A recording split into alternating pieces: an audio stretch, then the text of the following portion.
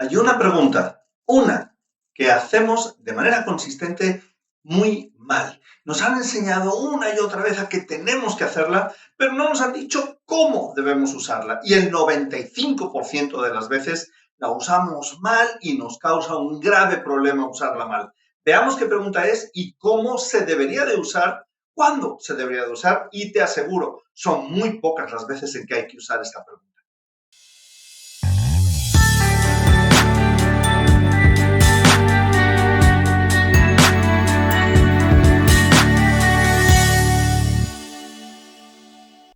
Y la pregunta que no debemos de hacer, porque es mucho más delicada y mucho más negativa y mucho más contraproducente de lo que normalmente imaginamos, es la pregunta ¿por qué? Sí, ya sé. Te han enseñado una y otra vez que tienes que preguntar por qué a todo. Inclusive hay una metodología en Lean, en lo que se conoce como Lean, en las empresas, para agilizar el proceso de producción y de operaciones, que se conoce como las 5 porqués. Imagínate preguntar una mala pregunta 5 veces. Bueno, en las empresas dentro de Lean sí aplican la pregunta por qué. Pero en la vida particular no aplica, te voy a explicar por qué. Porque es una pregunta que se conoce como una reafirmación de la respuesta. Es un reafirmador de la respuesta. ¿Por qué? Porque si tú preguntas, te van a contestar. Recuerda la frase, pide y se te dará. Y eso es lo que haces cuando preguntas por qué. De forma que si tú deseas obtener la respuesta que te están dando, sí pregunta por qué.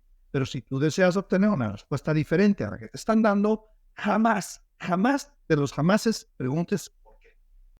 Te voy a poner un ejemplo. Un ejemplo, por supuesto, de la vida común. Superficial si tú quieres, pero un ejemplo para que podamos entender el concepto. Y de verdad que me es importante transmitirlo porque no tienes idea la cantidad de veces que veo que se comete este error. Pensemos en que tú que eres hombre y que quieres invitar a una mujer a salir contigo. Ella no está muy dispuesta, por lo tanto te dice que no. Y entonces tú, de manera estúpida, le dices o le preguntas ¿por qué? ¿Y qué le estás preguntando? Le estás preguntando por qué no. Digamos que esa persona a lo mejor no está muy animada a salir contigo, pero no tiene ninguna razón para hacerlo. Hasta que le preguntes por qué y entonces va a tener que empezar a pensar en una razón por la cual te dijo que no. Y lo que estás logrando es exactamente lo que no buscabas, reforzar la respuesta, reforzar la conducta, reforzar la respuesta. ¿Por qué te portas mal? Pues te va a contestar. Y una vez que te conteste ya tiene la razón por la cual portarse mal. No nada más era algo que sucedía, es que ahora es lógico. Tú no quieres hacer lógico una respuesta negativa.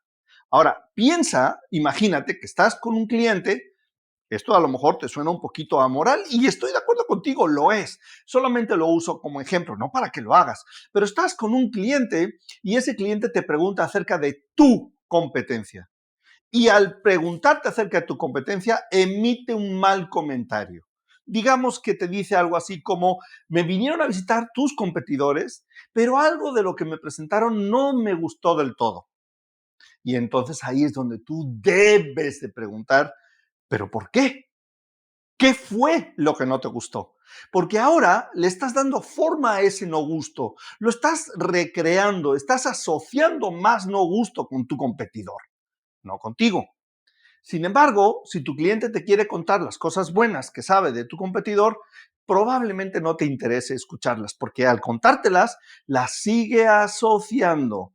De nuevo, la pregunta por qué se puede hacer cuando causa y efecto tienen una relación lógica. Pero cuando no la tienen, cuando es emocional, cuando todo tiene que ver con gusto, opinión, lo que yo pienso, lo que yo percibo, en ese momento el por qué se tiene que manejar con mucha delicadeza. ¿De acuerdo?